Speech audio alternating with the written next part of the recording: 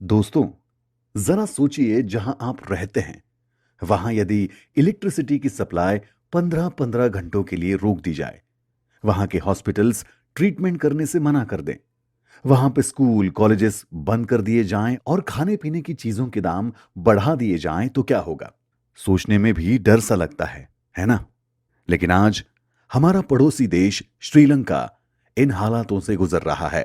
1948 में जब श्रीलंका आजाद हुआ, तब सबका कहना था कि श्रीलंका बहुत ग्रो करेगा क्योंकि वहां की जियोग्राफिकल लोकेशन और यहाँ की प्राकृतिक सुंदरता सबसे अच्छी है। लेकिन आज श्रीलंका का जो हाल है, वो किसी से छुपा नहीं है। आखिर ऐसा कैसे हो सकता है? आखिर श्रीलंका से ऐसी क्या गलती हुई जो हालात इतने बुरे हो गए? क्या इसमें चाइना का हाथ है या ट्रीटमेंट करने से मना कर दें, वहां पे स्कूल, कॉलेजेस बंद कर दिए जाएं और खाने पीने की चीजों के दाम बढ़ा दिए जाएं तो क्या होगा? सोचने में भी डर सा लगता है ना? लेकिन आज हमारा पड़ोसी देश श्रीलंका इन हालातों से गुजर रहा है। 1948 में जब श्रीलंका आजाद हुआ, तब सबका कहना था कि श्रीलंका बहुत ग्रो करेगा क्योंकि वहां की जियोग्राफिकल लोकेशन और यहाँ की प्राकृतिक सुंदरता सबसे अच्छी है। लेकिन आज श्रीलंका का जो हाल है, वो किसी से छुपा नहीं है। आखिर ऐसा कैसे हो सकता है? आखिर श्रीलंका से ऐसी क्या गलती हुई जो हालात इतने बुरे हो गए? क्या इसमें चाइना का हाथ है या अमेरिका का, या ये सब श्रीलंका गवर्नमेंट की वजह से हुआ है? इंडिया पर इसका क्या असर पड़ सकता है? इन सारे सवालों के जवाब जानेंगे आज स्पेशल सीरीज में।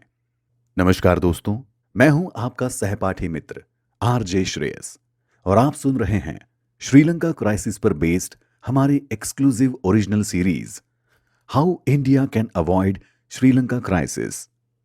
दोस्तों, 12 सदी के इटालियन एक्सप्लोरर मार्को पोलो ने कहा था कि श्रीलंका दुनिया का सबसे खूबसूरत आइलैंड है। लेकिन अचानक सब कुछ बदल गया। इस खूबसूरत देश की हालत बिगड़ गई। 12 घंटों तक बिजली गायब रहने लगी, खाने की चीजें महंगी हो गई, पेट्रोल 400 रुपए लीटर से भी महंगा हो गया, प्राइम मिनिस्टर का घर जला दिया गया, प्रेसिडेंट देश छोड़कर भाग गए। श्रीलंका में जो हुआ वो पूरी दुनिया के लिए बहुत ही बुरा सरप्राइज था। भारत के लिए पड़ोसी के तौर पर यह सबसे बड़ा अचंभा था। भारत और श्रीलंका का रिलेशन सिर्फ एक पड़ोसी होने तक ही सीमित नहीं है। हमारी माइथोलॉजिकल हिस्ट्री में श्रीलंका को एक अहम स्थान दिया गया है।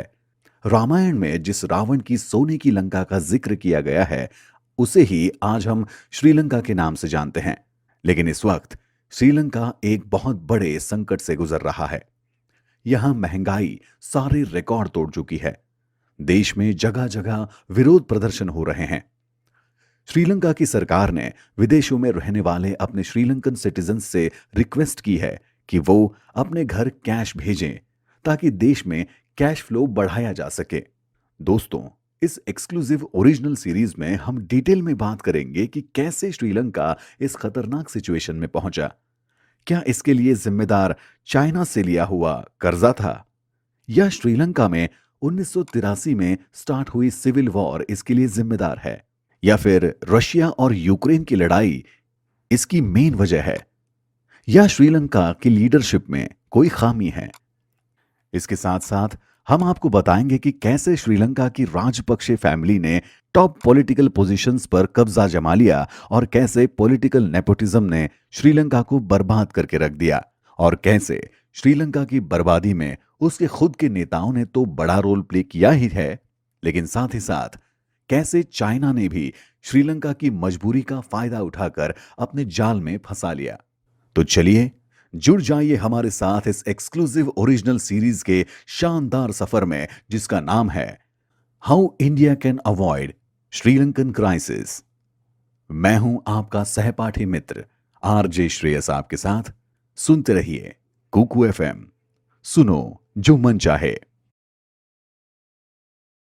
दोस्तों, साल 2014 हम इंडियंस के लिए एक यादगार साल था, क्योंकि इस साल भारत के लोकसभा चुनाव में एनडीए ने चुनाव जीता और नरेंद्र मोदी जी भारत के प्रधानमंत्री बने। दिल्ली में लीडरशिप चेंज होने के बाद इंडिया एक नई उड़ान भरने के लिए तैयार था।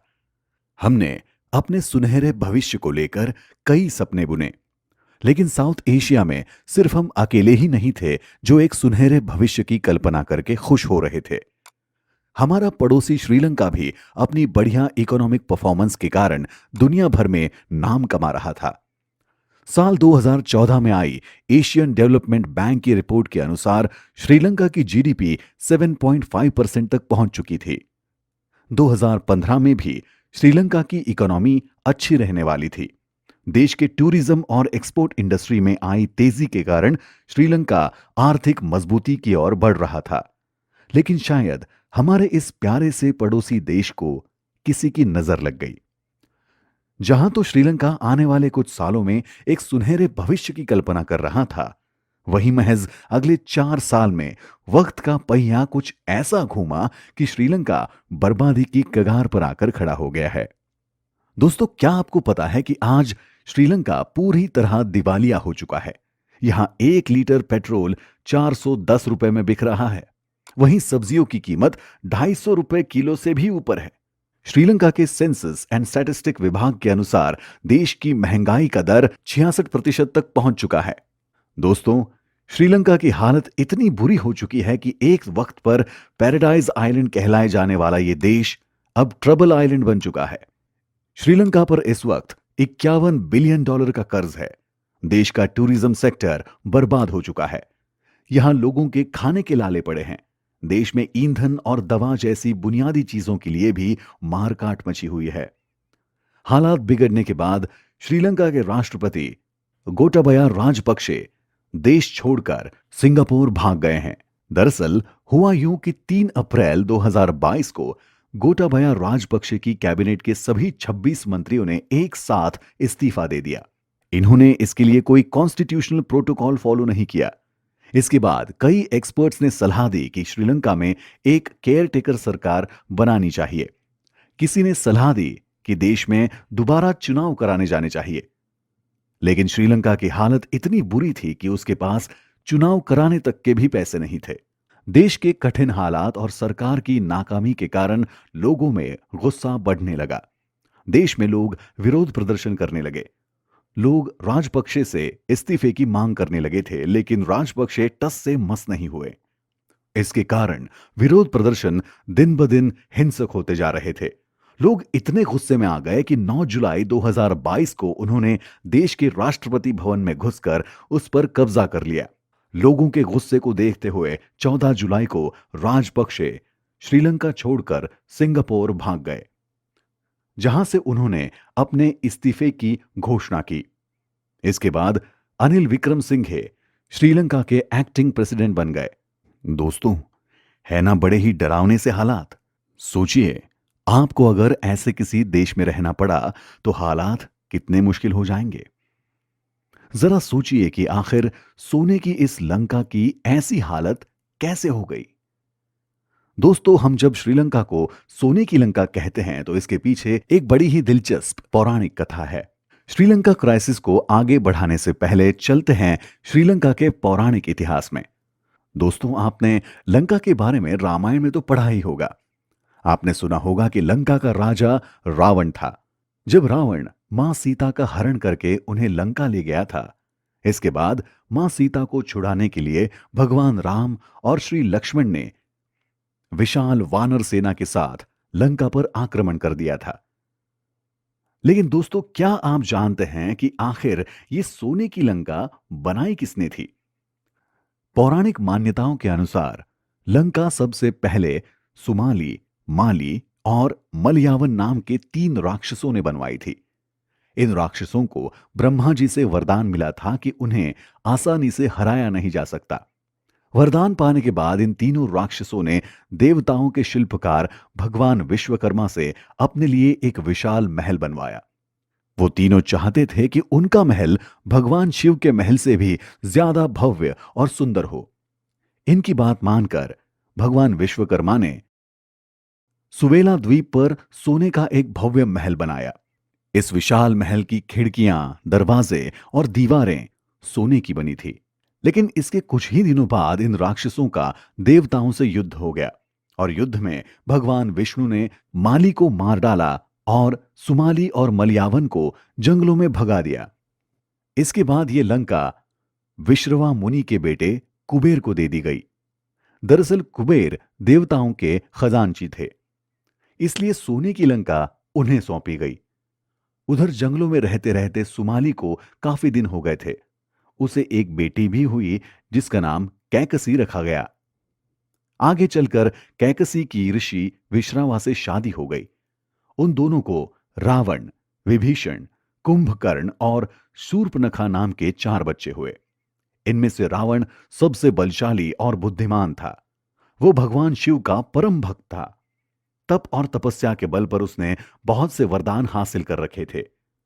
वरदान ये था कि रावण को कोई भी देव, गंधर्व, किन्नर या पशु कभी मार नहीं सकता था। रावण अपनी शक्तियों के कारण बड़ा अहंकारी हो गया था। जब रावण के नाना सुमाली ने उसे अपनी सोने की लंका और उस पर कुबेर के कब्जे के बारे में बताया तो रावण ने लंका को वापस पाने के लिए कुबेर से युद्ध किया। इसी कारण से उसने कुबेर के खिलाफ जंग छेड़ दी। रावण ने कुबेर को हराकर उसकी सोने की लंका और पुष्पक विमान छीन लिए। इसके बाद रावण लंका का राजा बन गया। तो ये थी प्राचीन श्रीलंका की कहानी। लेकिन मॉडर्न श्रीलंका में भी कोई था जिसने श्रीलंका पर कब्जा करके उसे अपनी मुट्ठी में जकड़ रखा था। वो शख्स अपने आप को श्रीलंका का राजा ही समझता था।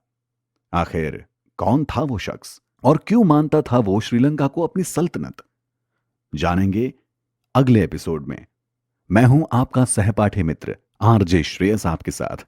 सुनते रहिए कुकू एफएम, सुनो जो मन चाहे।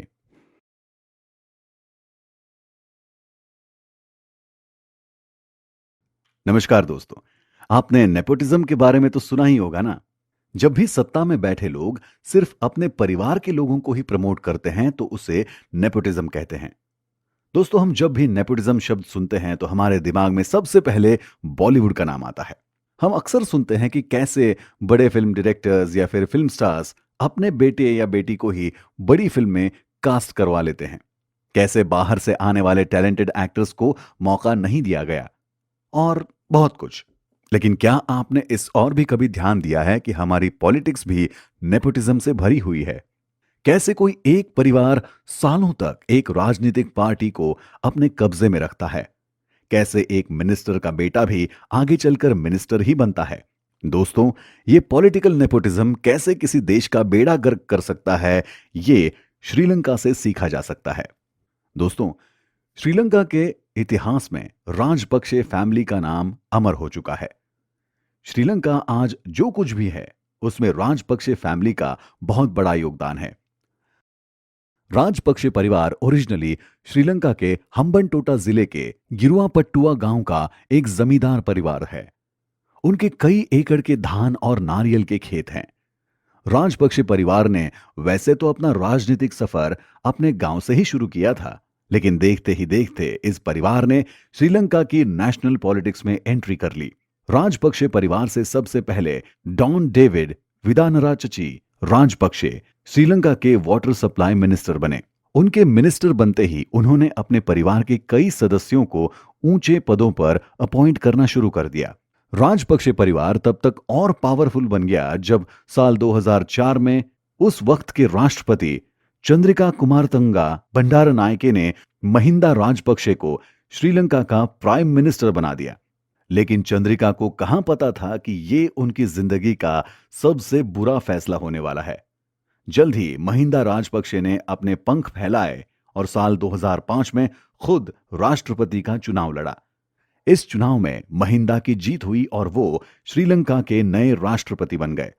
इसके बाद तो जैसे राजपक्षे परिवार का श्रीलंका पर कब्जा ही हो गया। महिंदा ने अपने पोजीशन और पावर का फायदा उठाकर अपने परिवार के कई सदस्यों को बड़ी पोस्ट्स पर अपॉइंट करना शुरू कर दिया। महिंदा ने अपने छोटे भाई गोटाबाया राजपक्षे को श्रीलंका का डिफेंस सेक्रेटरी बना दिया। गोटाबाया इसके पहले श्रीलंका की सेना में लेफ्टिनेंट कर्नल थे। ऐसे ही महिंदा ने एक और भाई बासिल राजपक्षे को अपना चीफ एडवाइजर बना दिया। इसके बाद तो इन तीनों भाइयों ने मिलकर श्रीलंका पर एक तरफा राज करना शुरू कर दिया। साल 2009 में राजपक्षे ने 26 साल से चले आ रहे सिविल वॉर को खत्म कर दिया तो उनकी पॉपुलैरिटी रातों रात 7वें आसमान पर पहुंच गई। इसका उन्हें राजनैतिक फायदा भी मिला। साल 2010 में जब श्रीलंका में दोबारा राष्ट्रपति चुनाव हुए तो श्रीलंका की जनता ने उन्हें दूसरी बार देश का राष्ट्रपति बना दिया। लेकिन यहां से शुरू हुई श्रीलंका की बर्बादी की कहानी। दोस्तों, जैसे रावण को अपनी शक्ति पर घमंड हो गया था, वैसे ही महिंदा भी अपनी राजनैतिक ताकत के नशे में चूर थे। उन्होंने सभी नियमों को ताक पर रखकर श्रीलंका में तानाशाही शुरू कर दी थी। दोस्तों, उस वक्त श्रीलंका के संविधान के हिसाब से कोई भी इंसान सिर्फ 2 बार ही देश का राष्ट्रपति बन सकता था। ऐसे में इस नियम के कारण महिंदा तीसरी बार राष्ट्रपति नहीं बन सकते थे। ऐसे में महिंदा ने संविधान में अमेंडमेंट करके इस नियम को ही हटा दिया। शायद महिंदा अपनी पूरी जिंदगी श्रीलंका के राष्ट्रपति बने रहना चाहते थे। 8 सितंबर 2010 को श्रीलंका की संसद ने इस बिल को पास कर दिया। अब श्रीलंका में कोई भी इंसान कितनी भी टर्म तक राष्ट्रपति बना रह सकता था। इस अमेंडमेंट के बाद तो महिंदा श्रीलंका के इतिहास के सबसे शक्तिशाली राष्ट्रपति बन गए। उनके साथ ही महिंदा के दोनों भाई भी काफी पावरफुल हो गए थे। हालात कुछ ऐसे हो गए थे कि जो कोई भी राजपक्षे परिवार के खिलाफ आवाज उठाता उसे रास्ते से हटा दिया जाता। मीडिया रिपोर्ट के अनुसार साल 2009 में संडे लीडर नाम के न्यूज़पेपर के एडिटर लसांथा विक्रमतुंगे की हत्या कर दी गई। इसके अगले साल प्रगीत एनकेलीगोड़ा भी संदेहास्पद रूप से गायब हो गए। इस सब के पीछे राजपक्षे परिवार का ही हाथ है, ऐसा बताया जाता है। राजपक्षे परिवार ने श्रीलंका में नागरिकों के फंडामेंटल राइट्स को कुचलने में कोई भी कसर नहीं छोड़ी। लोगों के सिविल राइट्स तेजी से कम किए जाने लगे। लोगों से फ्रीडम ऑफ स्पीच छीना जाने लगा। इस सब के बीच महिंदा ने अपने सबसे छोटे भाई बासिल राजपक्षे को श्रीलंका का वित्त मंत्री बना दिया, जिसके बाद श्रीलंका की तिजोरी की चाबी उनके हाथ में चली गई। बासिल ने श्रीलंका के खजाने को जमकर लुटाना शुरू कर दिया। बासिल को श्रीलंका के इतिहास का सबसे भ्रष्ट मंत्रियों में से एक बताया जाता है। ऐसा कहते हैं कि श्रीलंका में हर सरकारी काम के लिए वो कॉन्ट्रैक्टर से 10% कमीशन लेते थे। उनकी इसी आदत के कारण उनका नाम ही मिस्टर 10% हो गया था। वैसे तो बासिल पर सरकारी खजाने में लाखों डॉलर्स की हेराफेरी करने के आरोप लगे थे, लेकिन अपने भाई के रुतबे के कारण उन पर चल रहे सारे केस रफा दफा कर दिए गए। अगर आपको लग रहा होगा कि राजपक्षे परिवार के सदस्य यहीं पर खत्म हो गए हैं, तो जरा रुकिए, ये लिस्ट अभी और लंबी है। दोस्तों, राष्ट्रपति महिंदा ने अपने एक और भाई चमल राजपक्षे को श्रीलंका की संसद का स्पीकर बना दिया था। ऐसा बताया जाता है कि श्रीलंका में एक वक्त ऐसा भी था जब राजपक्षे परिवार के करीब 40 सदस्य श्रीलंका के अलग अलग सरकारी पदों पर कब्जा जमा कर बैठे थे। राजपक्षे परिवार ने श्रीलंका में जमकर भ्रष्टाचार किया। उन पर अपनी सत्ता का दुरुपयोग और मनी लॉन्ड्रिंग के कई आरोप लगे। महिंदा अपनी सत्ता के नशे में इतने डूब चुके थे कि उन्होंने अपने खिलाफ उठ रही असंतोष की लहर को हल्के में लेना शुरू कर दिया था। उन्होंने श्रीलंका के वोटर्स की भी परवाह नहीं की। धीरे धीरे महिंदा के खिलाफ असंतोष की लहर उठ रही थी। इसका सीधा असर 2015 में हुए राष्ट्रपति चुनाव में दिखा, जब श्रीलंका के लोगों ने महिंदा को राष्ट्रपति का चुनाव हरा दिया। श्रीलंका में नई सरकार आते ही दोबारा कॉन्स्टिट्यूशनल अमेंडमेंट हुआ और राष्ट्रपति बनने की 2 टर्म्स की लिमिट को वापस लागू कर दिया गया। इसी कारण से महिंदा साल 2019 में हुआ राष्ट्रपति का चुनाव भी लड़ नहीं सके। लेकिन फिर भी उन्होंने एक दूसरी तरकीब लड़ाई। उन्होंने अपने भाई गोटाबाया राजपक्षे को चुनाव लड़वाया। इसका फायदा भी दिखा। गोटाबाया ने 6.9 मिलियन वोट्स के साथ राष्ट्रपति का चुनाव जीता और श्रीलंका के 8वें राष्ट्रपति बन गए। इसके बाद 2020 में हुए संसदीय चुनाव में भी राजपक्षे की पार्टी को खूब सपोर्ट मिला। गोटाबाया ने राष्ट्रपति बनते ही महिंदा को श्रीलंका का प्रधानमंत्री बना दिया। इसके बाद तो राजपक्षे परिवार ने जैसे श्रीलंका को बर्बादी के रास्ते पर धकेल दिया। उन्होंने ऐसे ऐसे फैसले लिए जिसने देश की अर्थव्यवस्था को तहस नहस कर दिया। दोस्तों, श्रीलंका का इतिहास भी अपने आप में बहुत खास है। इस देश में सिविल वॉर से जुड़ी जानकारी पर हम डिटेल में अगले एपिसोड्स में चर्चा करेंगे। चलिए, अब तक के लिए मुझे सुनने के लिए शुक्रिया। मैं हूं आपका सहपाठी मित्र आरजे श्रेयस। बने रहिएगा हमारे साथ सिर्फ कुकू एफएम पर। सुनो जो मन चाहे।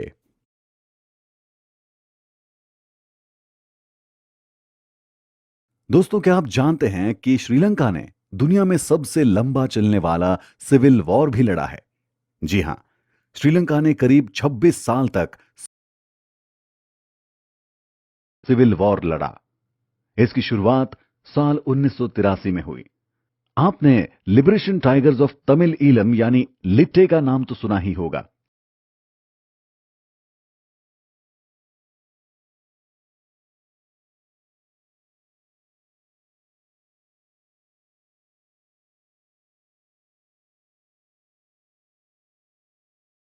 आपने liberation Tigers of Tamil Eelam यानी एलटीटीई का नाम तो सुना ही होगा। इस एक्सट्रीमिस्ट ग्रुप ने हमारे देश के प्रधानमंत्री राजीव गांधी की भी हत्या कर दी थी। श्रीलंका में रहने वाले तमिल भाषी कई सालों से अपने लिए अलग राज्य की मांग कर रहे थे। श्रीलंका में 74.9% आबादी सिंहलीज है।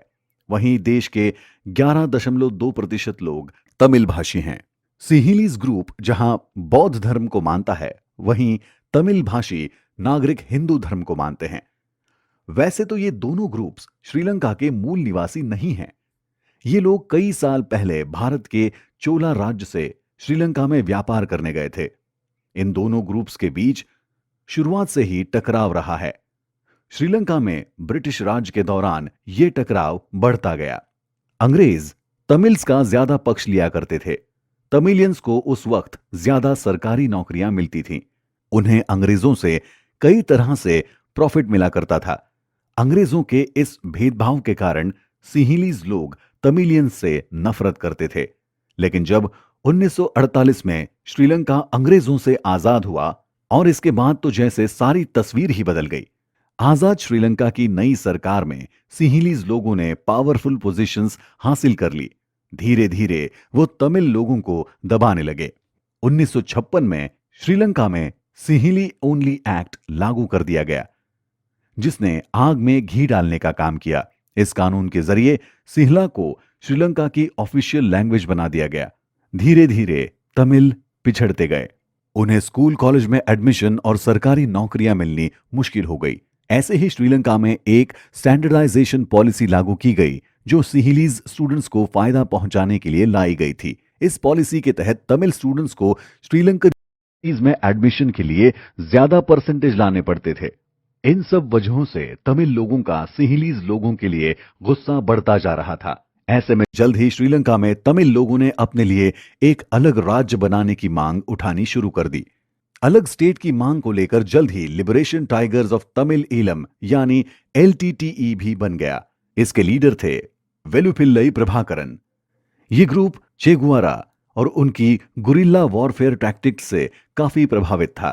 एलटीटीई इतना एग्रेसिव था कि इसने तमिल ईलम लिबरेशन ऑर्गेनाइजेशन टीईएलओ जैसे दूसरे ईलम ग्रुप्स को खत्म करके अपने आप को तमिल का एकमात्र मसीहा साबित करने में भी कोई कसर नहीं छोड़ी।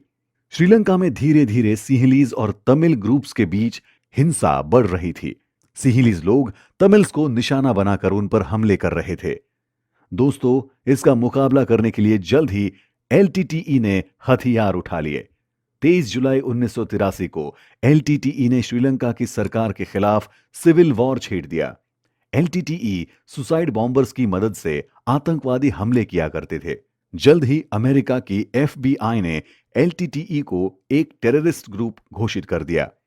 आगे चलकर एलटीटीई ने Indian prime minister Rajiv Gandhi और श्रीलंकन प्रेसिडेंट रणसिंघे प्रेमदासा की भी हत्या कर दी। हालांकि उस वक्त श्रीलंकन सरकार भी कम नहीं थी। श्रीलंकन सरकार भी वॉर क्राइम्स को अंजाम दे रही थी। उसके खिलाफ आवाज उठाने वाले हर इंसान को कैद करके उसे खूब टॉर्चर किया जाता था। सरकार के खिलाफ आवाज उठाए जाने वाले कई लोग रातों रात गायब कर दिए जाते थे। दोस्तों, श्रीलंका में 26 साल तक चला ये वॉर एशिया के इतिहास का सबसे लंबा सिविल वॉर है, जिसमें करीब 1 लाख लोगों ने अपनी जान गंवाई। इसमें 50,000 आम नागरिक, 28,000 एलटीटीई सैनिक और करीब 24,000 श्रीलंकन सैनिक शामिल थे। इस युद्ध के कारण 3 लाख लोगों को अपना घर छोड़कर शरणार्थी बनना पड़ा। श्रीलंका का ये सिविल वॉर मई 2009 में तब खत्म हुआ जब श्रीलंकन सेना ने एलटीटीई लीडर वेलुपिल्लई प्रभाकरन को मार गिराया। प्रभाकरन के मरते ही एलटीटीई भी खत्म हो गया। आखिरकार श्रीलंका को सिविल वॉर से मुक्ति मिल गई। ऐसा बताया जाता है कि इस सिविल वॉर में श्रीलंका की तिजोरी से 200 बिलियन यूएस डॉलर्स खर्च हुए। दोस्तों, आपको यह जानकर हैरानी होगी कि साल 1983 में श्रीलंका जहां अपनी जीडीपी का 1.6% अपनी सेना पर खर्च करता था, तो वहीं साल 2008 में यह खर्च बढ़कर 3.5% तक पहुंच गया था। ऐसे ही साल 1989 में श्रीलंका की आर्मी में 22,000 सैनिक थे, जो 2008 में बढ़कर 2 लाख से ज्यादा हो गए थे। श्रीलंका ने बाहरी देशों से करीब 274 मिलियन यूएस डॉलर्स के हथियार खरीदे थे। इतने हथियार तो भारत, नेपाल और बांग्लादेश भी मिलकर नहीं खरीदते थे, जितना अकेला श्रीलंका खरीद रहा था। ये श्रीलंका के पड़ोसी देश भारत, नेपाल और बांग्लादेश से कई गुना ज्यादा था। दोस्तों, जरा सोचिए कि श्रीलंका ने जितनी रकम सिविल वॉर पर खर्च की, उतनी रकम अगर देश के विकास पर खर्च की गई होती तो आज देश में कितनी खुशहाली हो गई होती। इस सिविल वॉर के कारण श्रीलंका को अपनी जेब से पैसे तो खर्च करने पड़े ही थे, साथ ही उनकी आमदनी पर भी बहुत असर पड़ा। वॉर के कारण श्रीलंका में फॉरेन इन्वेस्टमेंट ना के बराबर हो गया, टूरिज्म घट गया। वॉर में होने वाली मारकाट से डरकर लोग श्रीलंका छोड़कर भागने लगे। दोस्तों, ये सब कम था कि श्रीलंका की कहानी में एंट्री हुई चाइना की, जिसने श्रीलंका की इस हालत का खूब फायदा उठाया। हमारे अगले एपिसोड में हम जानेंगे कि कैसे चाइना ने बड़ी चालाकी से श्रीलंका को अपने जाल में फंसाया। आखिर श्रीलंका को फंसाकर चाइना को क्या हासिल हुआ, जानेंगे अगले एपिसोड में। मैं हूं आपका सहपाठी मित्र आरजे श्रेयस आपके साथ। सुनते रहिए कुकू एफएम, सुनो जो मन चाहे। नमस्कार दोस्तों, क्या कभी आपने नोटिस किया है, चाइना का नाम सुनते ही हम सब थोड़े असहज हो जाते हैं।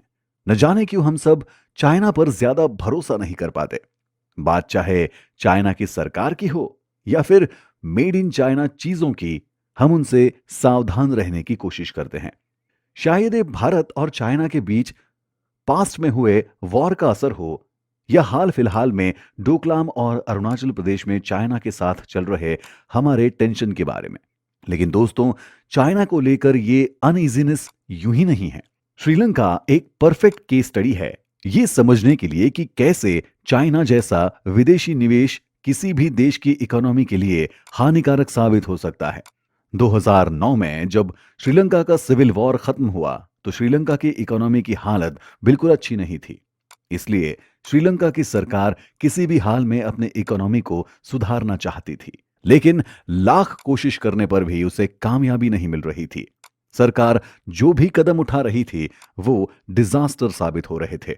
2010 के बाद हालात इतने बुरे हो गए थे कि श्रीलंका की सरकार को रेवेन्यू से जितनी भी कमाई होती थी, उसका 83% तो उसे अपना कर्ज चुकाने में ही खर्च करना पड़ता था। ऐसी बुरी हालत में श्रीलंका की ओर मदद का हाथ बढ़ाया, और वो हाथ था चाइना का। चाइना धीरे धीरे श्रीलंका में अपना निवेश बढ़ाता जा रहा था। 2012 से 2016 के बीच श्रीलंका के टोटल फॉरेन डायरेक्ट इन्वेस्टमेंट में 30% तो चाइना ने ही निवेश किया था। धीरे धीरे श्रीलंका भी चाइना पर डिपेंडेंट हो रहा था। जल्द ही चाइना श्रीलंका के लिए एक मेन इंपोर्ट सोर्स बन गया था। इससे हुआ ये कि श्रीलंका की इकोनॉमी मुख्य रूप से चाइना पर निर्भर हो गई। दोस्तों, श्रीलंका में 50 से भी ज्यादा सरकारी प्रोजेक्ट तो चाइना के दिए हुए कर्ज की बदौलत शुरू हो गए हैं। चाइना ने श्रीलंका को करीब 11 बिलियन डॉलर्स का कर्ज दे दिया था, जिसकी मदद से श्रीलंका अपने यहां सड़कें और थर्मल प्लांट्स बना रहा था। श्रीलंका के सबसे बड़े Hambantota port Colombo port city और Lakvijaya thermal power plant भी चाइना की मदद से ही बनाए जा रहे थे। लेकिन इस काम के लिए कर्ज देते वक्त चाइना ने श्रीलंका के सामने एक शर्त रख दी थी, जिसे श्रीलंका सरकार ने खुशी खुशी स्वीकार कर लिया था। शर्त यह थी कि इन सभी प्रोजेक्ट्स को सिर्फ चाइनीज कॉन्ट्रैक्टर्स ही पूरा करेंगे। यह श्रीलंका की सबसे बड़ी गलती साबित हुई। जरा सोचिए, एक हाथ से तो चाइना ने श्रीलंका को कर्ज दिया था, लेकिन दूसरे हाथ से चाइना ही श्रीलंका से यह रकम वापस ले रहा था। इसके बदले श्रीलंका सिर्फ और सिर्फ चाइना का कर्जदार देश ही बनता जा रहा था। दोस्तों, श्रीलंका में ये चाइनीज इन्वेस्टमेंट एक झटके में नहीं हुए, बल्कि श्रीलंका के सिविल वॉर के दौरान ही इसकी शुरुआत हो गई थी। सिविल वॉर के दौरान चाइना ही श्रीलंका के लिए हथियारों का सबसे बड़ा सप्लायर था। अपनी गिरती इकोनॉमी को बचाने के लिए श्रीलंका ने एक बड़ी कोशिश की।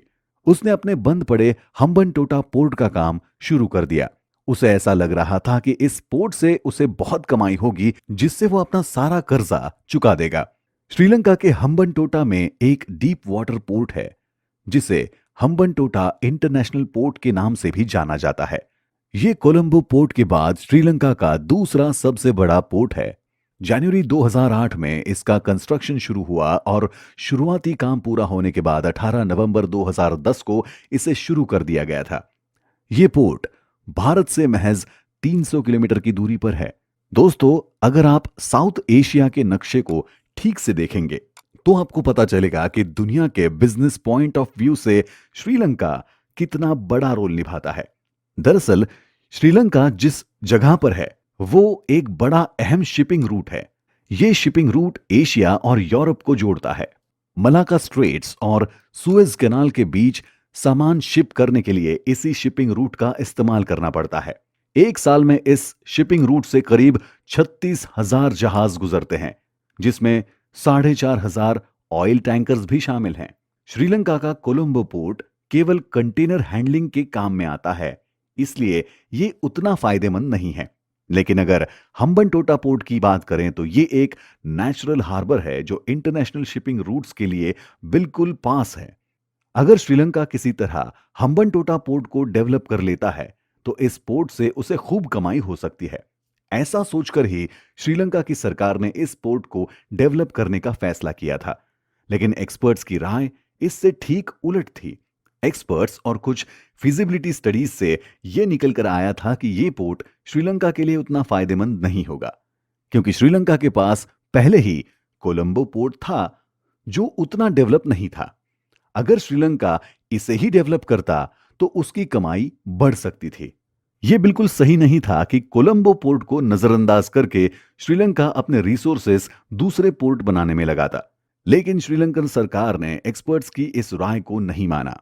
सरकार हम्बनटोटा पोर्ट बनाने के अपने फैसले पर अड़ी रही। लेकिन श्रीलंका के आर्थिक हालात ऐसे नहीं थे कि वो नया पोर्ट बनाने के लिए इतना पैसा खर्च कर सकती थी। हम्बनटोटा पोर्ट को डेवलप करने के लिए उसे कर्ज की जरूरत थी। उसने इंडिया और यूएस से कर्ज लेने की कोशिश की, लेकिन दोनों देशों ने उसे कर्ज देने से इनकार कर दिया। इससे श्रीलंका की परेशानी और बढ़ गई थी। ऐसे में उसने चाइना की मदद लेने की सोची। श्रीलंका ने चाइना को $757 मिलियन का कर्ज देने की गुजारिश की। चाइना ने उसके लिए अपनी तिजोरी खोल दी, लेकिन एक जालिम साहूकार की तरह उसने कुछ शर्तें भी रखीं। चाइना की शर्त थी कि श्रीलंका के इस पोर्ट को सिर्फ चाइनीज ठेकेदार और मजदूर ही बनाएंगे। साथ ही इस कर्ज पर श्रीलंका को एक बड़ा ब्याज चुकाना पड़ेगा। दोस्तों, जहां एक और वर्ल्ड बैंक या फिर IMF 1 से 3% के इंटरेस्ट रेट पर कर्ज देता है, तो वहीं चाइना ने श्रीलंका को 6.5% पर एनम के रेट पर कर्जा दिया था। इसके साथ ही चाइना ने इस पोर्ट के आसपास की 15,000 एकड़ जमीन भी चाइना कंट्रोल्ड इंडस्ट्रियल जोन बनाने के लिए मांग ली। श्रीलंका को इसके लिए राजी होना ही पड़ा। आखिरकार श्रीलंका का यह पोर्ट शुरू हुआ, लेकिन जल्द ही श्रीलंका को इससे निराशा मिलने लगी। काफी हाई एक्सपेक्टेशंस के बावजूद इस पोर्ट ने श्रीलंका के लिए उतना अच्छा परफॉर्म नहीं किया। इसने शुरुआती कुछ सालों में ही नुकसान उठाना शुरू कर दिया। 2016 में जहां द हम्बनटोटा पोर्ट ने $11.81 मिलियन का प्रॉफिट कमाया, तो बाद के साल में यह प्रॉफिट गिरकर $1.81 मिलियन तक आकर रह गया था। इधर श्रीलंका की गवर्नमेंट कर्ज के बोझ तले दबी जा रही थी। अब उसके लिए यह पोर्ट डेवलप करना पॉसिबल नहीं था। यही कारण था कि श्रीलंका को इस पोर्ट के 80% स्टेक प्राइवेटाइज करने पड़े ताकि श्रीलंका अपना कर्जा चुका सके। श्रीलंका ने इन स्टेक्स को चाइना को लीज पर देने का फैसला कर लिया। हम्बनटोटा पोर्ट में निवेश करना चाइना की एक सोची समझी चाल थी। हम्बनटोटा पोर्ट की जब बोली लगी तो उसमें सिर्फ 2 कंपनियों ने हिस्सा लिया, जिसमें चाइना मर्चेंट्स पोर्ट की जीत हुई। यह तय हुआ कि चाइना मर्चेंट पोर्ट न सिर्फ श्रीलंका को 1.12 बिलियन US डॉलर्स देगा, बल्कि इस पोर्ट का बचा हुआ कंस्ट्रक्शन वर्क भी पूरा करेगा। जुलाई 2017 में यह डील साइन की गई, जिसमें हम्बनटोटा इंटरनेशनल पोर्ट के 70% स्टेक चाइना मर्चेंट पोर्ट को 99 साल के लिए लीज पर दे दिए गए। लेकिन इसके बदले में मिले 1.12 बिलियन US डॉलर्स को श्रीलंका ने पोर्ट कंस्ट्रक्शन में इस्तेमाल नहीं किया, बल्कि श्रीलंका ने अपने फॉरेन रिजर्व को बढ़ाने और कर्जा चुकाने में इन पैसों का इस्तेमाल किया। दोस्तों, आपको बता दें कि चाइना की शुरुआत से ही श्रीलंका पर नजर थी। श्रीलंका की जियोग्राफिकल लोकेशन चाइना के ट्रेड और सिक्योरिटी पॉइंट ऑफ व्यू से बहुत इंपॉर्टेंट है। एक्सपर्ट्स का मानना है कि चाइना ने श्रीलंका की इकोनॉमिक हेल्प सिर्फ इसलिए की ताकि वो इंडिया के ऊपर दबाव डाल सके। चाइना श्रीलंका को सीढ़ी बनाकर इंडियन ओशन पर अपना कंट्रोल बढ़ाना चाहता था। दरअसल चाइना का 80% क्रूड ऑयल अरब कंट्रीज से आता है। वहां से क्रूड ऑयल लाने के लिए चाइना के पास 2 ही रास्ते हैं। पहला भारत के अंडमान निकोबार द्वीप के पास से, और दूसरा ईस्टर्न अप्रोच, जो कि यूनाइटेड स्टेट्स के कंट्रोल में है। भारत और यूनाइटेड स्टेट्स जब चाहे चाइना के क्रूड ऑयल सप्लाई को रोक सकते हैं। चाइना ऐसे किसी भी प्रकार के दबाव में नहीं रहना चाहता था, इसलिए उसे किसी भी हाल में एक सुरक्षित रास्ता चाहिए था, जिसके लिए उसने हम्बनटोटा पोर्ट को हथियाने की कोशिश की। आज यही हम्बनटोटा पोर्ट एशिया के सबसे बड़े इंडो चाइना कॉन्फ्लिक्ट की वजह भी है। दोस्तों, चाइना ने श्रीलंका को धीरे धीरे अपने जाल में फंसाकर उसकी मजबूरी का फायदा उठाने की कोशिश की, जिसका असर भारत पर भी पड़ा। लेकिन श्रीलंका की कुछ गलतियां ऐसी भी थी जिसे अपने पांव पर कुल्हाड़ी मारने जैसा कहा जा सकता है। अगले एपिसोड में हम श्रीलंका की उस टैक्स पॉलिसी के बारे में चर्चा करेंगे जिसके कारण श्रीलंका की इकोनॉमी बुरी तरह हिल गई। मैं हूं आपका सहपाठी मित्र आरजे श्रेयस आपके साथ। सुनते रहिए कुकू एफएम, सुनो जो मन चाहे। दोस्तों, चलिए श्रीलंका के मुद्दे को आगे बढ़ाते हैं। दोस्तों, पिछले एपिसोड्स में हमने चर्चा की कि कैसे सिविल वॉर और दूसरे कारणों से श्रीलंका की इकोनॉमी पहले ही कमजोर थी। ऐसे में श्रीलंका इसे सुधारने के लिए कई बड़े कदम उठा रहा था। अपनी कमजोर इकोनॉमी को फिर से संवारने के लिए उसे एक विजनरी लीडर की जरूरत थी। लेकिन शायद श्रीलंका की किस्मत में इसके ठीक उल्टा लिखा था। 2019 में गोटाबाया राजपक्षे श्रीलंका के 8वें राष्ट्रपति बने, जिसके बाद उन्होंने ऐसे अजीबोगरीब फैसले लिए कि श्रीलंका की पूरी इकोनॉमी ही धराशाही हो गई। गोटाबाया राजपक्षे ने अपने चुनाव प्रचार में श्रीलंका की जनता से कई लुभावने वादे किए। उन्होंने कहा कि अगर लोग उन्हें चुनाव जिताते हैं तो टैक्स के दरों में कटौती की जाएगी। वोटर्स को भी ये वादा बहुत अच्छा लगा। उन्होंने गोटाबाया को मेजॉरिटी के साथ जिताकर राष्ट्रपति बना दिया। लेकिन इस वक्त ना तो गोटाबाया और ना ही श्रीलंका के वोटर्स ने सोचा था कि वो एक बहुत बड़ी मुसीबत को बुला रहे हैं। नवंबर 2019 में चुनाव जीतने के बाद गोटाबाया ने अपने चुनावी वादे को पूरा करने के लिए बगैर सोचे समझे श्रीलंका में भारी टैक्स कटौती कर दी। इससे श्रीलंका की टैक्स से होने वाली कमाई में 30% तक कमी आ गई। सरकारी खजाना तेजी से खाली होने लगा। टैक्स में कटौती के फैसले से 2019 के मुकाबले 2020 में टैक्स कलेक्शन में भारी गिरावट आई। साल 1990 में श्रीलंका की जीडीपी में टैक्स से कमाई का हिस्सा 20% था, जो 2020 में घटकर महज 10% रह गया। टैक्स स्लैब में सुधार करने के बाद श्रीलंका में टैक्स पेयर्स 33.5% से कम हो गए। वैट 8% तक घटा दिया गया। ऐसे ही कॉरपोरेट टैक्स 28% से घटाकर 24% कर दिया गया। इससे श्रीलंका का सारा रेवेन्यू मॉडल हिल गया। दोस्तों, टैक्स रेवेन्यू गिरने के कारण इंटरनेशनल रेटिंग एजेंसीज ने श्रीलंका को नेगेटिव रेटिंग्स देनी शुरू कर दी, जिसके कारण श्रीलंका को कहीं भी आसानी से लोन नहीं मिल रहा था। श्रीलंका की इस खराब हालत को देखकर फॉरेन इन्वेस्टर्स भी वहां से भाग खड़े हुए। इसके साथ ही श्रीलंका इंटरनेशनल मार्केट से भी अलग होता जा रहा था। हालांकि गोटाबाया राजपक्षे को इस हालत के बारे में सब कुछ समझ आ रहा था, लेकिन उन्होंने इसे इन्वेस्टमेंट मानकर अगले 5 साल तक टैक्स नहीं बढ़ाने का फैसला किया। साथ ही उन्होंने एक और बड़ी गलती भी की। गोटाबाया ने देश का खर्च चलाने के लिए श्रीलंका में अंधाधुंध नोट छापने शुरू कर दिए। दोस्तों, आपको तो पता ही होगा कि कोई भी देश मनमाने ढंग से नोट छाप नहीं सकता। देश की सरकार के पास जितना सोना होता है उसके एक फिक्स्ड रेशियो तक ही नोट छापे जा सकते हैं। लेकिन श्रीलंका के पास उतना सोना नहीं था जितने के वो नोट छाप रहे थे। ऐसा करने से उनकी करेंसी की कीमत इंटरनेशनल मार्केट में गिरती जा रही थी। जल्द ही इंटरनेशनल मॉनेटरी फंड ने भी श्रीलंका को वार्निंग दे दी। आईएमएफ ने उनसे कहा कि अंधाधुंध नोट छापने की जगह श्रीलंका को अपनी टैक्स पॉलिसीज सुधारने पर ध्यान देना चाहिए, क्योंकि इस तरह नोट छापने से उनकी इकोनॉमी धराशायी हो जाएगी। लेकिन श्रीलंका ने इस वार्निंग को नजरअंदाज कर दिया। इंडियन रुपी में देखें तो अप्रैल 2022 तक श्रीलंका ने कुल 119.08 बिलियन रुपीस के नोट छाप लिए थे। इधर श्रीलंका पर विदेशी कर्ज भी 2010 के मुकाबले 2020 तक दोगुना हो चुका था। श्रीलंका की कुल जीडीपी का 42% तो विदेशी कर्ज पर ही खर्च हो रहा था। साल 2021 आते आते कर्ज 119% तक बढ़ गया था। श्रीलंका पर बढ़ते कर्ज के लिए एक्सपर्ट्स चाइना को ब्लेम कर रहे थे, क्योंकि अप्रैल 2021 तक श्रीलंका पर जितना भी कर्ज था उसका 10% तो सिर्फ चाइना का था। इसके अलावा श्रीलंका ने international capital markets, international development banks और जापान से भी कर्ज ले रखा था। लगातार बढ़ती महंगाई और गिरते करेंसी एक्सचेंज रेट के चलते सितंबर 2021 में श्रीलंका को इकोनॉमिक इमरजेंसी घोषित करनी पड़ी। सरकार ने सभी जरूरी खाने के सामान की कीमतें कंट्रोल करनी शुरू कर दी।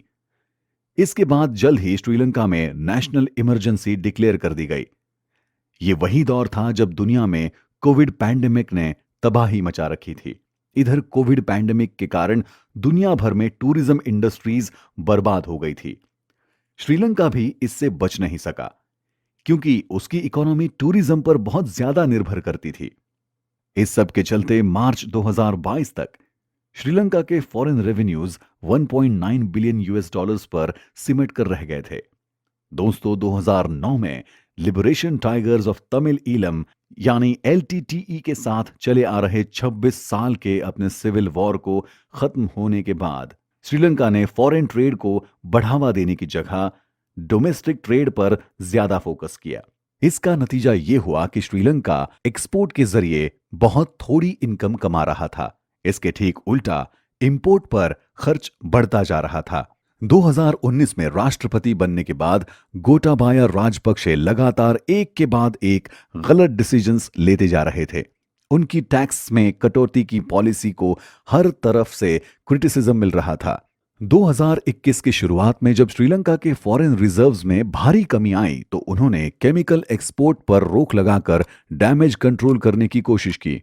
उन्होंने किसानों को ऑर्गेनिक फार्मिंग करने का फरमान जारी कर दिया, जिससे बड़े पैमाने पर फसलें बर्बाद हुई।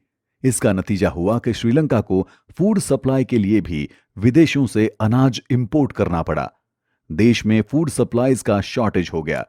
Sugar, milk powder, kerosene oil और कुकिंग गैस जैसी इसेंशियल आइटम्स की खरीदी करने के लिए मार्केट्स में लोगों की भीड़ इकट्ठा हो गई। पेट्रोल पंप पर सेना तैनात करनी पड़ी। श्रीलंका में 13-13 घंटे बिजली कटौती होने लगी। श्रीलंका में महंगाई इस कदर ऊपर पहुंच गई कि वहां चावल 220 रुपए प्रति किलो और गेहूं 190 रुपए प्रति किलो के रेट से बिक रहे थे। वहीं 1 किलो चीनी की कीमत 240 रुपए, नारियल तेल 850 रुपए प्रति लीटर, जबकि एक अंडा 30 रुपए में बिक रहा है। श्रीलंका में 1 किलो मिल्क पाउडर की रिटेल कीमत 1900 रुपए तक पहुंच गई है। वहीं 12.5 किलो गैस सिलेंडर की कीमत 4200 रुपए हो गई है। यहां मरीजों की कई बड़ी सर्जरीज भी कैंसिल कर दी गई हैं। डॉक्टरों के मुताबिक इस इकोनॉमिक क्राइसिस में श्रीलंका में इतनी डेथ्स होगी जितनी कोविड की वजह से भी नहीं हुई थी। ना तो यहां बिजली है और ना ही लोगों के पास सेफ ड्रिंकिंग वाटर।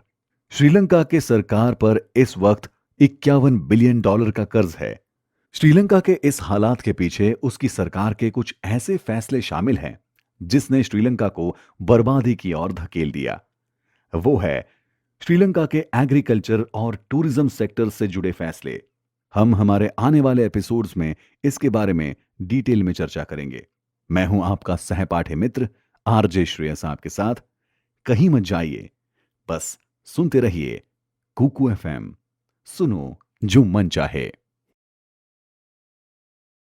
नमस्कार दोस्तों आपके दिमाग में अभी कोविड-19 की यादें तो ताजा ही होंगी।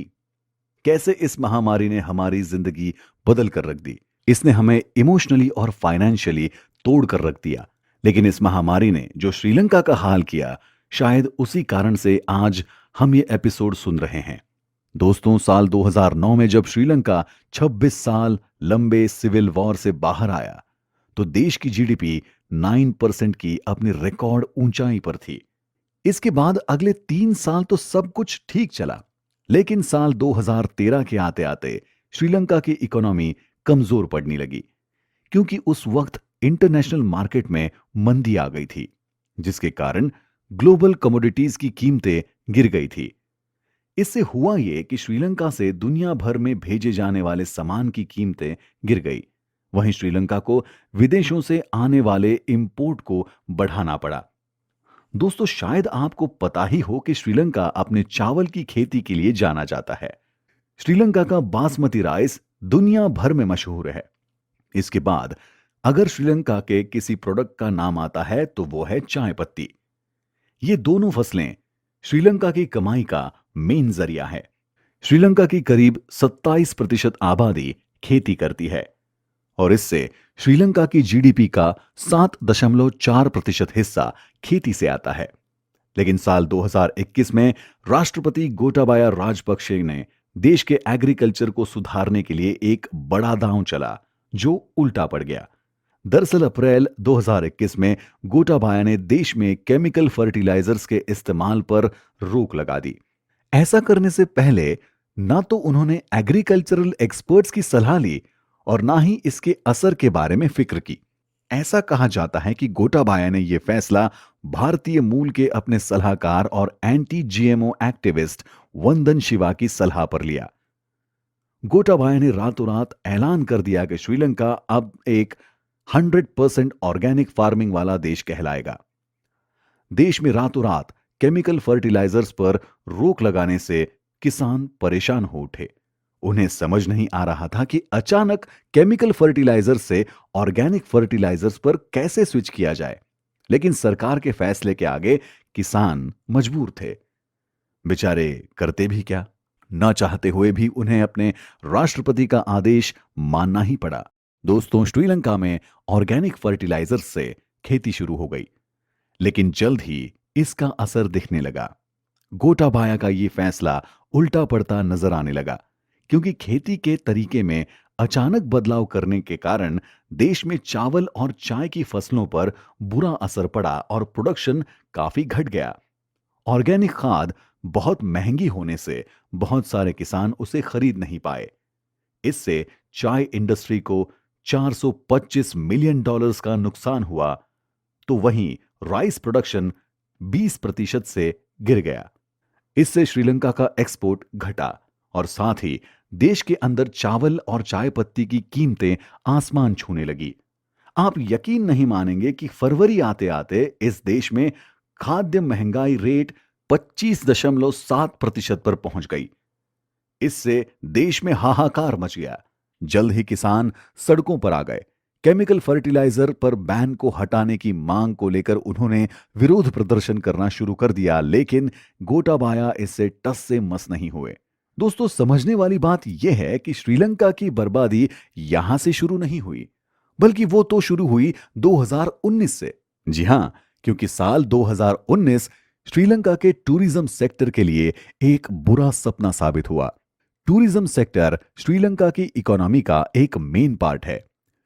श्रीलंका की जीडीपी का 12% हिस्सा टूरिज्म से ही आता है। टूरिज्म सेक्टर श्रीलंका की फॉरेन इनकम का तीसरा सबसे बड़ा सोर्स है। लेकिन 21 अप्रैल 2019 को कुछ ऐसा हुआ जिसने श्रीलंका के टूरिज्म सेक्टर को हिलाकर रख दिया। दरअसल 21 अप्रैल 2019 को श्रीलंका में सीरियल बॉम्ब ब्लास्ट्स हुए, जिसमें आतंकवादियों ने देश के 3 बड़े चर्च और 3 लग्जरी होटल्स में टारगेटेड अटैक्स किए। आतंकवादियों ने सुसाइड बॉम्बिंग करके कई लोगों की जान ले ली। इन बम धमाकों में 269 लोग मारे गए और 500 जख्मी हो गए। मारे जाने वालों में 45 विदेशी टूरिस्ट भी शामिल थे। इस हमले में श्रीलंका के चमचमाते टूरिज्म सेक्टर पर ऐसा ग्रहण लगाया कि ये सेक्टर अंधेरे में डूब गया। अब विदेशी टूरिस्ट श्रीलंका आने से डरने लगे। दुनिया में श्रीलंका की ऐसी छवि बनी कि विदेशी टूरिस्ट उसे एक सेफ प्लेस नहीं मानते थे। करीब 4 साल तक श्रीलंका टूरिस्ट की लिस्ट में अच्छे पोजीशन पर था। 2018 में करीब 23 लाख टूरिस्ट श्रीलंका में आए थे, लेकिन 2019 में बम धमाका होने के बाद टूरिज्म पूरी तरह से नीचे आ गया, क्योंकि इन धमाकों में सैकड़ों लोगों की जान गई थी। इन धमाकों के बाद टूरिज्म 21% तक नीचे आ गया था। फिर कोविड-19 ने दस्तक दी। उसके बाद श्रीलंका के संवरने के चांसेस दिख रहे थे, लेकिन नेशनल क्राइसिस ने सब कुछ बिगाड़ दिया। श्रीलंका इस सदमे से उभरने की कोशिश कर ही रहा था कि रही सही कसर कोविड पैंडेमिक ने पूरी कर दी। कोविड पैंडेमिक के कारण इंटरनेशनल फ्लाइट्स पर कई तरह की बंदिशें लगा दी गईं। पैंडेमिक का डर ऐसा था कि घूमने के लिए विदेश जाना तो दूर, लोग अपने घरों से बाहर तक नहीं जा सकते थे। फिर भी कुछ कड़ी शर्तों के साथ टूरिज्म चल तो रहा था, लेकिन इस दौरान टूरिस्ट की संख्या काफी हद तक कम थी। इसी का असर था कि साल 2020 में श्रीलंका की टूरिस्ट की संख्या घटकर 5.07 लाख ही रह गई। इसके बाद हालत लगातार खराब होती गई, क्योंकि 2021 में श्रीलंका में सिर्फ 1.94 लाख विदेशी टूरिस्ट घूमने आए थे। दोस्तों, हम आपको बता दें कि श्रीलंका आने वाले विदेशी टूरिस्टों में सबसे ज्यादा भारत, चीन, ब्रिटेन, फ्रांस और जर्मनी के लोग होते हैं। इसके अलावा रशिया और यूक्रेन जैसे देशों में से भी बड़ी संख्या में लोग श्रीलंका आते हैं। लेकिन जब यूक्रेन रशिया वॉर की घोषणा हुई तो कई लोकल लोगों ने अपने फॉरेन टूर्स कैंसिल करवा दिए। इसके कारण श्रीलंका की भी कई बुकिंग्स कैंसिल हुई। श्रीलंका इस तीसरे झटके के लिए तैयार नहीं था। ऐसा होने से गवर्नमेंट का रेवेन्यू मॉडल पूरी तरह से लड़खड़ा गया। पैसे नहीं आने से सरकार को देश चलाने में परेशानी होने लगी। दोस्तों, एग्रीकल्चर और टूरिज्म सेक्टर की बर्बादी ही आज श्रीलंका की इकोनॉमिक क्राइसिस का मेन कारण है। दोस्तों, अब हम इस एपिसोड के आखिर में पहुंच चुके हैं। आगे बढ़ने से पहले मेरे मन में एक बात आ रही है, वो ये कि जब पड़ोसी के घर में आग लगती है तो हमें ये मानकर नहीं बैठ जाना चाहिए कि हमारा घर सेफ है, बल्कि हमें वक्त रहते अपने घर को बचाने की कोशिश शुरू कर देनी चाहिए। क्या आपको नहीं लगता कि श्रीलंका से सबक लेकर भारत को भी अपने यहां कुछ सेफ्टी मेजर्स लेने चाहिए? सही मायने में देखें तो श्रीलंका की ये हालत भारत के लिए एक सबक जैसी है। श्रीलंका हमारे लिए एक अलर्ट कॉल है कि समय रहते अगर हमने जरूरी फैसले नहीं लिए तो भारत में भी ऐसी परेशानी शुरू हो सकती है। इस पर हम विस्तार से चर्चा बाद में करेंगे। फिलहाल हम अगले एपिसोड में जानते हैं कि रशिया और यूक्रेन की लड़ाई में श्रीलंका कैसे बीच में आ गया और श्रीलंका पर इसका क्या असर रहा। वैसे अब तक हमने आपको जो बताया, इसके बारे में आपकी क्या राय है, हमें यहाँ पर कमेंट बॉक्स में जरूर बताइएगा। हमें आपके विचारों का, आपकी कमेंट्स का इंतजार रहेगा। मैं हूं आपका सहपाठी मित्र आरजे श्रेयस आपके साथ। कहीं मत जाइए, सुनते रहिए कुकू एफएम हमारे साथ। दोस्तों, बीते कई महीनों से आप रशिया और यूक्रेन के वॉर के बारे में तो सुन ही रहे होंगे।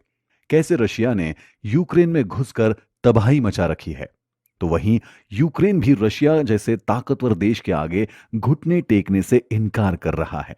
लेकिन बीते कई महीनों से चले आ रहे इस वॉर का असर पूरी दुनिया पर पड़ रहा है। रशिया क्रूड ऑयल का एक मेजर सोर्स है और उसके वॉर में बिजी होने के कारण क्रूड ऑयल के ग्लोबल सप्लाई पर काफी असर पड़ रहा है। लेकिन दोस्तों, इस रशिया यूक्रेन वॉर का श्रीलंका पर भी अच्छा खासा असर पड़ा है। बात है जून 2022 की। श्रीलंका के एयरपोर्ट से एक रशियन विमान उड़ान भरने को तैयार था। तभी एयरपोर्ट अथॉरिटीज ने इस प्लेन को उड़ने से रोककर इस प्लेन को जब्त कर लिया। श्रीलंका के इस कदम से रशिया समेत पूरी दुनिया हैरान रह गई। यूक्रेन से वॉर लड़ रहे रशिया के प्रेसिडेंट व्लादिमीर पुतिन को जैसे यूक्रेन से वॉर लड़ रहे रशिया के प्रेसिडेंट व्लादिमीर पुतिन तो जैसे आग बबूला हो गए। दरअसल हुआ यूं था कि जब रशिया और यूक्रेन के बीच वॉर शुरू हुआ, तो यूरोपियन यूनियन ने सभी रशियन फ्लाइट्स पर रोक लगा दी थी। इस वक्त रशिया ने आयरलैंड की कंपनी से कई सारे प्लेन लीज पर ले रखे थे। यूरोपियन यूनियन के बैन के बाद इस कंपनी ने रशिया से अपने प्लेन वापस मांगे, लेकिन रशिया ने उन्हें प्लेन लौटाने से साफ मना कर दिया। ऐसे में यूरोपियन यूनियन के दबाव में श्रीलंका ने इस प्लेन को जब्त कर लिया ताकि आयरलैंड की कंपनी को प्लेन लौटाया जा सके। श्रीलंका यूरोपियन यूनियन के दबाव में इसलिए आ गया क्योंकि उसने आईएमएफ से काफी लोन ले रखा था और आगे भी उसे आईएमएफ की जरूरत पड़ने वाली थी। और आईएमएफ पर यूरोपियन यूनियन का खासा दबदबा है। लेकिन बात यही खत्म नहीं हुई। एक और श्रीलंका यूरोपियन यूनियन के दबाव में था, तो वहीं दूसरी ओर से रशिया से भी डर रहा था, क्योंकि श्रीलंका में आने वाला ज्यादातर क्रूड ऑयल रशिया से आता था। खैर, उस प्लेन का मामला तो कोर्ट पहुंचा है, जहां उसका फैसला होगा। लेकिन रशिया और यूक्रेन वॉर के बीच श्रीलंका का क्या होगा, इसे समझते हैं। दोस्तों, जैसा कि हम आपको पिछले एपिसोड्स में बता ही चुके हैं कि श्रीलंका दुनिया भर के लिए चाय पत्ती का एक बड़ा रिसोर्स है। श्रीलंका की सीलोन टी सारी दुनिया में मशहूर है। श्रीलंका की इकोनॉमी चाय के एक्सपोर्ट पर काफी निर्भर करती है। साल 2020 के आंकड़ों को देखें तो श्रीलंका के चाय एक्सपोर्ट का 18% हिस्सा रशिया और यूक्रेन भेजा जाता है। वहीं बदले में श्रीलंका रशिया और यूक्रेन से करीब 45% गेहूं खरीद करता है। इसके साथ ही श्रीलंका के इंपोर्ट में सोयाबीन और सनफ्लावर ऑयल जैसी जरूरी खाने की चीजें भी शामिल थी। साथ ही आयरन, स्टील, कॉपर जैसे मेटल के साथ पोटेशियम क्लोराइड भी शामिल था, जिसे श्रीलंका में फर्टिलाइजर बनाया जाता है। लेकिन रशिया यूक्रेन वॉर से यह सारा सप्लाई चेन बर्बाद हो गया। ऑयल सप्लाई बिगड़ने से श्रीलंका में पेट्रोल डीजल की कीमतें आसमान छूने लगी। श्रीलंका इस वक्त यूरोपियन मार्केट से जो ऑयल खरीद रहा है वो बहुत महंगा है। इससे महंगाई भी सातवें आसमान पर पहुंच गई है। दोस्तों, आपको बता दें कि श्रीलंका के बहुत सारे मेडिकल स्टूडेंट्स यूक्रेन में पढ़ाई कर रहे थे जब वहां वॉर हो गया। इन हजारों स्टूडेंट्स का भविष्य अब बीच में लटका है। न तो वो यूक्रेन वापस जाकर अपनी पढ़ाई पूरी कर सकते हैं और ना ही श्रीलंका के हालात ऐसे हैं कि वहां मेडिकल की पढ़ाई पूरी की जा सकती है। कुल मिलाकर देखें तो रशिया और यूक्रेन के वॉर से श्रीलंका पर चौतरफा मार पड़ रही है। श्रीलंका को कैसे भी कर अपने आप को इन दो योद्धाओं की लड़ाई में कुचलने से खुद को बचाना है। दोस्तों, इस वक्त श्रीलंका के लिए यह बहुत जरूरी है कि वो अपने जरूरी अनाज और रोजमर्रा की चीजों को सस्ती और आसानी से अवेलेबल बनाकर लोगों का गुस्सा शांत करें। साथ ही रशिया यूक्रेन के साथ उसके जो ट्रेड रिलेशंस हैं, उसका एक विकल्प भी तलाशना शुरू कर दें। एक्सपर्ट्स की सलाह है कि श्रीलंका को जल्द से जल्द अपने फर्टिलाइजर प्रोडक्शन को बढ़ाना होगा ताकि वहां ठीक से फसल उग सके। इस वक्त श्रीलंका की सबसे बड़ी दिक्कत करंट फॉरेन एक्सचेंज क्राइसिस है। अगर श्रीलंका अपने लोकल मार्केट को फिर से जिंदा करने में कामयाब हो जाता है तो जल्द ही एक्सपोर्ट शुरू करके वो अपनी फॉरेन एक्सचेंज क्राइसिस को भी खत्म कर सकता है। आने वाले एपिसोड्स में हम चर्चा करेंगे कि भारत को श्रीलंका क्राइसिस से क्या सीखना चाहिए। लेकिन उसके पहले जानते हैं एक ऐसे ही देश के बारे में जो श्रीलंका के ही नक्शे कदम पर चल रहा है। मैं हूं आपका सहपाठी मित्र आरजे श्रेयस आपके साथ। सुनते रहिए कुकू एफएम, सुनो जो मन चाहे। हमने पहले के एपिसोड्स की चर्चा में जाना कि कैसे श्रीलंका को चाइना से नजदीकियां बढ़ाना भारी पड़ गया। चाइना ने कैसे श्रीलंका को धीरे धीरे कर्ज के जाल में फंसाया और उसे बर्बाद कर दिया। लेकिन चाइना के इस जाल में फंसने वाला श्रीलंका इकलौता देश नहीं है। हमारे पड़ोसी पाकिस्तान को भी चाइना से कुछ ज्यादा ही प्यार है। एक्सपर्ट्स के अनुसार पाकिस्तान अगर इसी तेजी से चाइना के जाल में फंसता गया तो वो दिन दूर नहीं जब पाकिस्तान की हालत भी श्रीलंका की तरह हो जाएगी। चाइना ने श्रीलंका के साथ साथ पाकिस्तान में भी भारी इन्वेस्टमेंट किया है। 2015 से वो चाइना पाकिस्तान इकोनॉमिक कॉरिडोर बनाने में पाकिस्तान की मदद कर रहा है। जैसे उसने श्रीलंका के हम्बनटोटा पोर्ट में इन्वेस्ट किया था, ठीक वैसे ही बलूचिस्तान में ग्वादर पोर्ट बनाने के लिए भी चाइना पाकिस्तान की मदद कर रहा है। दोस्तों, ग्वादर ये एक बलूचिस्तान में डीप सी पोर्ट है। बेशक इस वक्त पाकिस्तान की इकोनॉमी भी श्रीलंका की तरह डगमगा रही है। पाकिस्तान में इस वक्त राजनीतिक अस्थिरता का माहौल है। हाल ही में पाकिस्तान के पूर्व प्रधानमंत्री इमरान खान पर किसी ने गोली चला दी। वहां फौज और राजनेताओं के बीच सत्ता पाने के लिए संघर्ष चल रहा है। पाकिस्तान में बेरोजगारी भी पूरे चरम पर है। वहां के लोकल न्यूज द न्यूज की एक रिपोर्ट के मुताबिक मई 1972 में जहां 4.76 पाकिस्तानी रुपए से एक अमेरिकन डॉलर बनता था, तो इस वक्त $1 की कीमत 236 पाकिस्तानी रुपए हो चुकी है। श्रीलंका की तरह पाकिस्तान ने भी अपनी गिरती इकोनॉमी को बचाने के लिए चीनी इन्वेस्टमेंट का सहारा लिया है। लेकिन जैसे श्रीलंका के लिए ये इन्वेस्टमेंट किसी जिंदा टाइम बॉम्ब की तरह खतरनाक साबित हुए, वो दिन दूर नहीं कि पाकिस्तान की हालत भी कुछ वैसी ही हो सकती है। श्रीलंका की तरह पाकिस्तान की खराब इकोनॉमी के लिए उसकी अंदरूनी कलह काफी हद तक जिम्मेदार है। आज पाकिस्तान प्लानिंग की कमी, राजनीतिक अस्थिरता और पड़ोसी देशों से खराब रिश्तों के चलते इस बुरी हालत में है। जैसे जैसे पाकिस्तान चाइना के करीब जा रहा है, भारत जैसे पुराने दोस्तों से उसके रिश्ते बिगड़ते जा रहे हैं। 2018 में पाकिस्तान में जब इमरान खान प्राइम मिनिस्टर बने, इसके बाद पाकिस्तान की नजदीकियां चाइना से कुछ ज्यादा ही बढ़ने लगी थी। इमरान के टेन्योर में पाकिस्तान के सऊदी अरेबिया और टर्की से रिलेशन काफी खराब हो गए। इसके पहले इन्हीं दो दोस्तों ने पाकिस्तान के बुरे वक्त में उसकी मदद की थी। दोस्तों, आपको ये तो पता ही होगा कि अफगानिस्तान पर तालिबान का कब्जा है। लेकिन क्या आपको पता है कि तालिबान को पाकिस्तान का पूरा सपोर्ट है? तालिबान को सपोर्ट करने के लिए पाकिस्तान इतना आगे चला गया है कि उसने अमेरिका तक की फिक्र नहीं की। अमेरिका के लाख मना करने के बाद भी पाकिस्तान ने तालिबान का सपोर्ट करना नहीं छोड़ा। लेकिन पाकिस्तान ने इतनी हिम्मत सिर्फ और सिर्फ चाइना के दम पर दिखाई। इमरान खान ने अमेरिकी प्रेसिडेंट जो बाइडेन को तब और ज्यादा नाराज कर दिया जब वो फरवरी 2022 में रशिया के दौरे पर चले गए।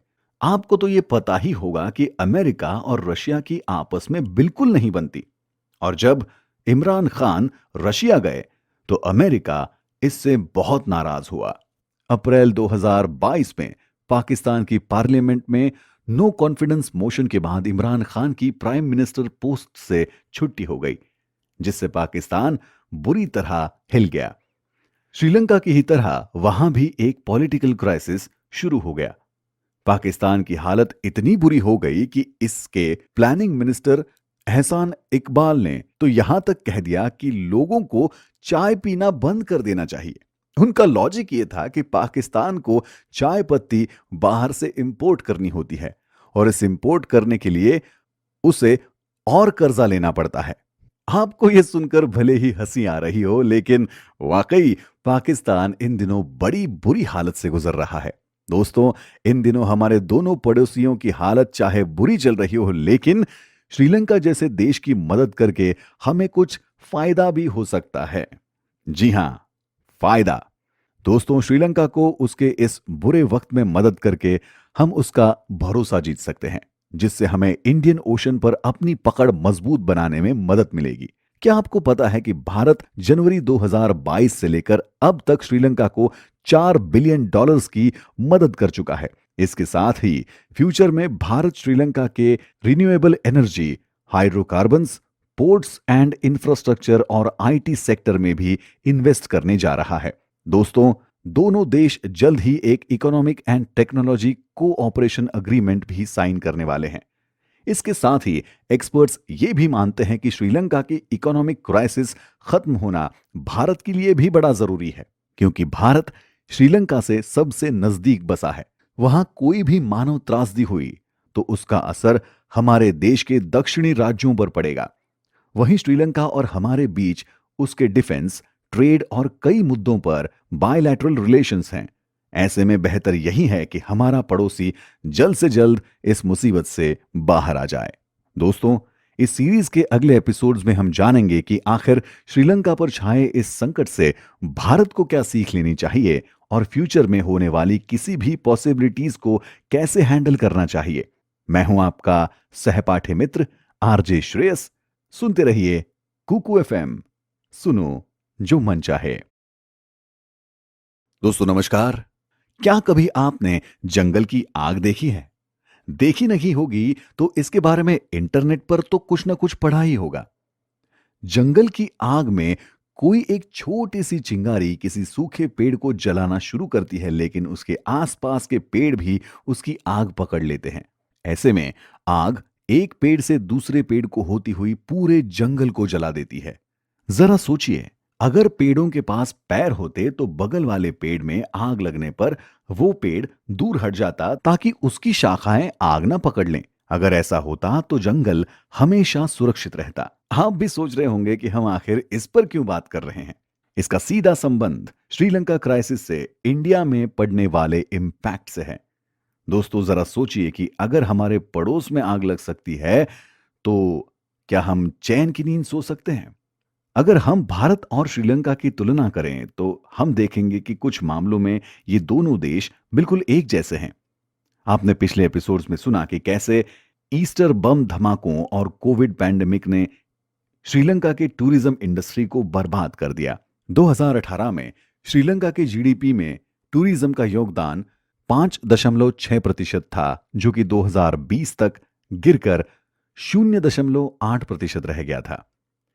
भारत की इकोनॉमी में भी टूरिज्म का बड़ा योगदान है। 2019 में भारत की जीडीपी में टूरिज्म का हिस्सा 9.3% था। भारतीय टूरिज्म इंडस्ट्री अभी भी कोविड पैंडेमिक में हुए नुकसान से उभरने की कोशिश कर रही है। जिस तरह श्रीलंका ने अपने यहां टैक्स रिफॉर्म्स किए, वैसे ही भारत भी अपने टैक्स स्ट्रक्चर को रिफॉर्म करने जा रहा है। दोस्तों, हम आपको बता दें कि श्रीलंका ने अपने टैक्स रिफॉर्म्स के चक्कर में वैट को घटाकर 8% कर दिया था और ऐसे ही उसने अपने कॉरपोरेट टैक्स को 28% से घटाकर 24% कर दिया था। ऐसे ही श्रीलंका ने पे एज यू अर्न यानी कि PAYE टैक्स और 2% नेशन बिल्डिंग टैक्स भी खत्म कर दिया। इसका असर यह हुआ कि श्रीलंका में रजिस्टर्ड टैक्स पेयर्स 33.5% कम हो गए, जिससे सरकार की आमदनी घटी और उसे भारी नुकसान उठाना पड़ा। दोस्तों, भारत भी अपने टैक्स स्ट्रक्चर में बहुत जल्द कुछ बड़े बदलाव करने जा रहा है।